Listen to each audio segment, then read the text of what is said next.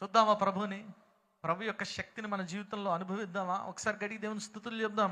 హల్లెలూయా, హల్లెలూయా. ఈరోజు నువ్వు యేసుక్రీస్తు ప్రభుని చూడాలని కోరుకోవాలి. నువ్వు చూస్తే ప్రభు నీ జీవితంలో గొప్ప కార్యాలు జరిగిస్తాడు. ఏమైనా హల్లెలూయా. నా జీవితంలో చేసిన దేవుడు మీ జీవితంలో చేయడా? 2020 సంవత్సరంలో భయంకరంగా రెండో ఫేజ్ కోవిడ్ కరోనా వచ్చింది. మరి హాస్పిటల్స్ కూడా లేవు. మరి నా ఆక్సిజన్ లెవెల్ 63కు పడిపోయింది. హాస్పిటల్స్లో బెడ్లు ఖాళీ లేవు. ఒక డాక్టర్ గారికి ఫోన్ చేస్తే, అన్న 2 గంటల బెడ్ ఖాళీ అయింది, పరిస్థితి బాగాలేదు, రక్తం పడింది అంటున్నారు కదా, హాస్పిటల్ రండి అని రోడ్డు మీదే నాకు వాళ్ళు ఆ ఇంజక్షన్లు కానీ ఇవన్నీ ఇచ్చారు. ఇచ్చిన తర్వాత బెడ్ ఖాళీ అయింది. లోపలికి వెళ్ళి ఆ సిటీ స్కాన్ తీసి నాకు చెప్పాల పాస్టర్ గారితో చెప్పారు. ఏం చెప్పాడంటే, ఈయన బతకడు, ఈయన 90% లంగ్స్ అడిగిపోయినాయి, ఈయన బతికే అవకాశమే. ఎవరు చెప్పారు ఈ మాట? వైద్యులు చెప్పారు. ఎవరు చెప్పలేదు?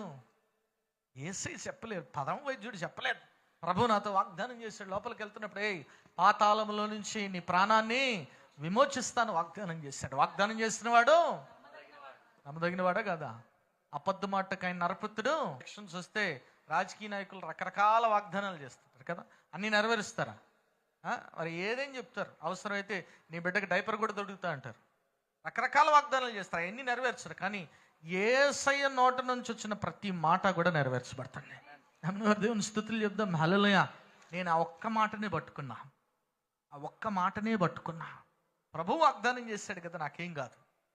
నా కళ్ళ ముందు నా పక్కన పేషెంట్ బెడ్ నా కళ్ళ ముందు చచ్చిపోతే చనిపోయింది. 12 గంటలు నా పక్కనే పడుకోబెట్టారు. ఎట్టుంటుంది మనకి? పక్కన శవాన్ని పెట్టుకొని పడుకుంటే సెల్ఫీ దిగుతామా? ఏం చేస్తాం? వణుకు మొదలైంది, భయం అయిపోయింది. రాబాయ్ నెక్స్ట్ ఎవరు? నెక్స్ట్ కదా.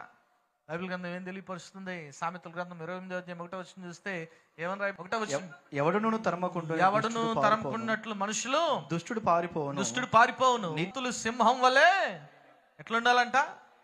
సింహం వలె. అవునా? ఉన్నారా ధైర్యంగా? మొక్కలు చూస్తే అమ్మో ఏమవుతుంది ఆయన, భయంగా బతుకుతున్నారు. నీతిమంతులు ఎట్లుండాలంట? సింహం వలె. ఒకసారి చెప్తారు, నేను సింహాన్ని అని చెప్పండి. ఒకసారి గట్టి చెప్పాలి, నేను సింహాన్ని అని చెప్పండి. ఊరు చెప్పడానికి కూడా భయపడుతున్నారే. గట్టి చెప్పండి, ఒకసారి నేను సింహాన్ని అని చెప్పండి. ఒక మీటింగ్లో ఇట్లే నేను సింహాన్ని అని చెప్పండి, ఒక ఆయన గట్టి చదువుతున్నాడు, నేను సింహాన్ని అంటున్నాడు. ఊరు భలే చదువుతున్నాడే. మీ పక్కన వాళ్ళతో చెప్పమన్నా, పక్కన చూసి చెప్పు నేను సింహం అంటే సౌండ్ రావట్లా. ఎందుకంటే పక్కన లావిడ ఉంది. సింహం అంటే ఇంటికి వెళ్ళాక కథ వేరుగా ఉంటుందని సైలెంట్ అయిపోతున్నాడు. మీరు భయపడిన అవసరం లేదు. చెప్పండి ఒకసారి, నేను సింహాన్ని అని చెప్పండి.